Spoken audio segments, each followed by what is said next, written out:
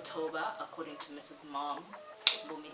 So I thought I'd hop onto this challenge and just do the thing I've been meaning to do for the last 2 years. Here's how things will go. I'll read a bit of Bible, give you a mini review, and we'll call it an exhortation. Got it? Got it, darling. Great. Yeah, so we'll read from Genesis 15 verse 1. Let's go.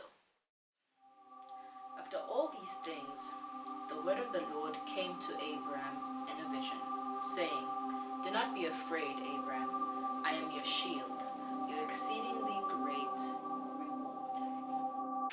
Let's talk about the greatest reward of all. But first, let's get into the story. So, what had happened was, this man called Abram had a nephew slash brother called Lot, right? So Abram had inherited Canaan. When he had inherited Canaan, he was with Lot, and then Lot kind of went upstream, and upstream was where Sodom and Gomorrah was, right? So then what happened is the kings of Sodom, Gomorrah, and a couple of other kings, which made up, there were like 5 in total, and 4 other kings decided to go to war, because I mean that's just how life is. People fight all the time, like, I want the land, bring back the land, you know. So they're fighting for the land. So as they're fighting, these 5 kings against these 4 kings are seeing that, guys, no, it's burning, we are losing, it's over. So they decide, let's make a run for it while we still can. So they run away. And when they run away, they decide to take Lot with them. And so by taking Lot, they take Lot, they run away, it's finished. So a man who's an ally to Abraham's like, oh no, they took Lot, who's Abraham's nephew. I'm not just gonna keep quiet, I'm gonna tell Abraham. So he decides to tell Abraham. After telling Abraham, Abraham's like, no, I'm not gonna let these kings come over here and take my cousin, my brother, my nephew, whatever Lot really is to Abraham. He's like, I'm not gonna let them do that. So Abraham has about like 318 men that he's trained under his hand. So he's like, guys, we are going to get my family back right about now. So they attack at night, and they attack and they win. They're able to get everything back. They get Lot, because listen, this is how it worked back in the day. If a man like Lot had like property, he had people that worked under him, he basically was like sort of like a chief, right? He had like a jurisdiction, right? So Abraham's getting back all that stuff. He's getting back all the people that were under the jurisdiction of Lot, plus the stuff, right? And so he gets it back, which is what, 318 men. I don't know how many people were under Lot's hand, right? Under Lot's hand. And so after he wins, Abraham wins, it's a victory. Then what happens is Abraham and the king of Sodom meet at the Valley of Kings. And who they find at the Valley of Kings is a king called Melchizedek.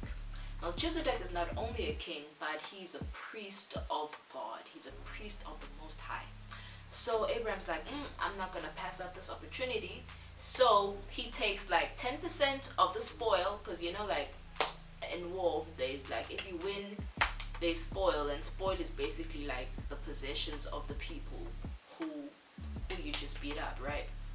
So he's like, I'm taking 10% and I'm thanking God. So he's like, he worships God by giving this 10%, to this king, to Melchizedek. After that, the king of Sodom is just like, okay, cool, everything has happened, so let's make a deal, Abraham. You give me your people, just give me the people.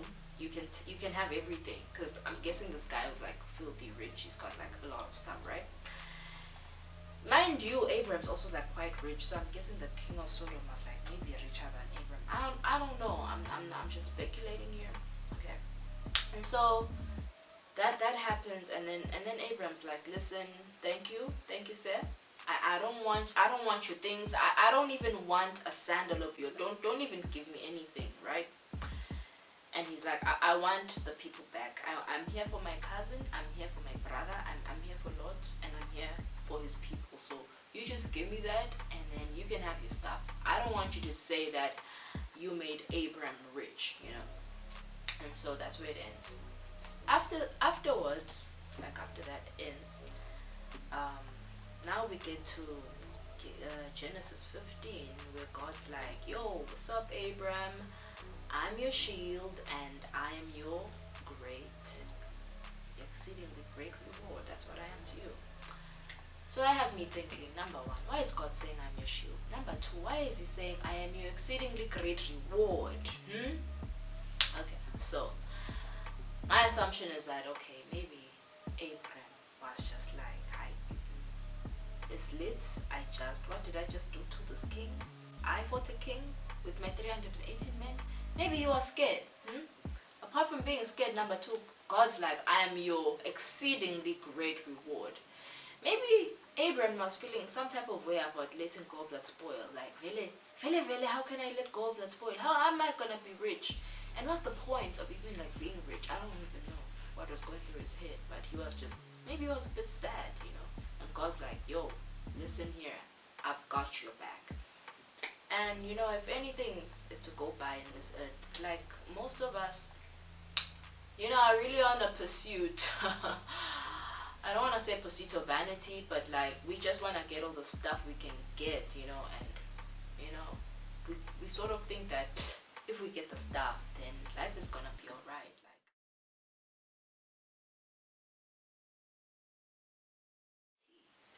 and here comes the creator of the universe, and he says, listen, I am the greatest gift. I am the greatest reward that you could ever get. How wild is that? So that's what I just want to bring to light today. God being like the greatest gift of all. Why is God the greatest gift of all? Maybe it's because he's not a created thing. He's not a vain thing that will just lose value and something else will come up. He's like a gift that keeps on giving. He's like water, like a river of water that just keeps flowing, like whether it's like winter or summer or autumn or spring, it's just the water is there. You just have to keep drinking from it. But not only is God the greatest gift of all, he's a giver of even like better gifts than you can imagine. We still like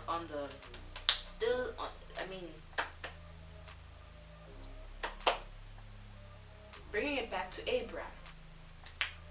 So God comes to Abraham and he's like, yo, listen, I've got some news for you. I want to give you better things. I want to give you better. And then he's like, really, God, come on. Like, Abraham's like, his heart is in a bad place. Like, what have you, he's asking God, what have you even given me? Like, and God's like, listen, just look up in the sky. Can you count? Can you count down there? Can you count? He starts making promises like, I'm gonna give you like, I'm gonna give you a whole lot of stuff. Like, even better than what he would have gotten, like if he took that spoil, right? So, this is just to say that God cares about us. He's got like wonderful plans, good plans. But this is not even the gist of the matter, you know. Usually, we want to be blessed. We want to know what's in it for us. But what if what's in it for us is God? What if what's in it for us is God? Yes, that's what I'm saying. What if God is the greatest gift that you could ever have?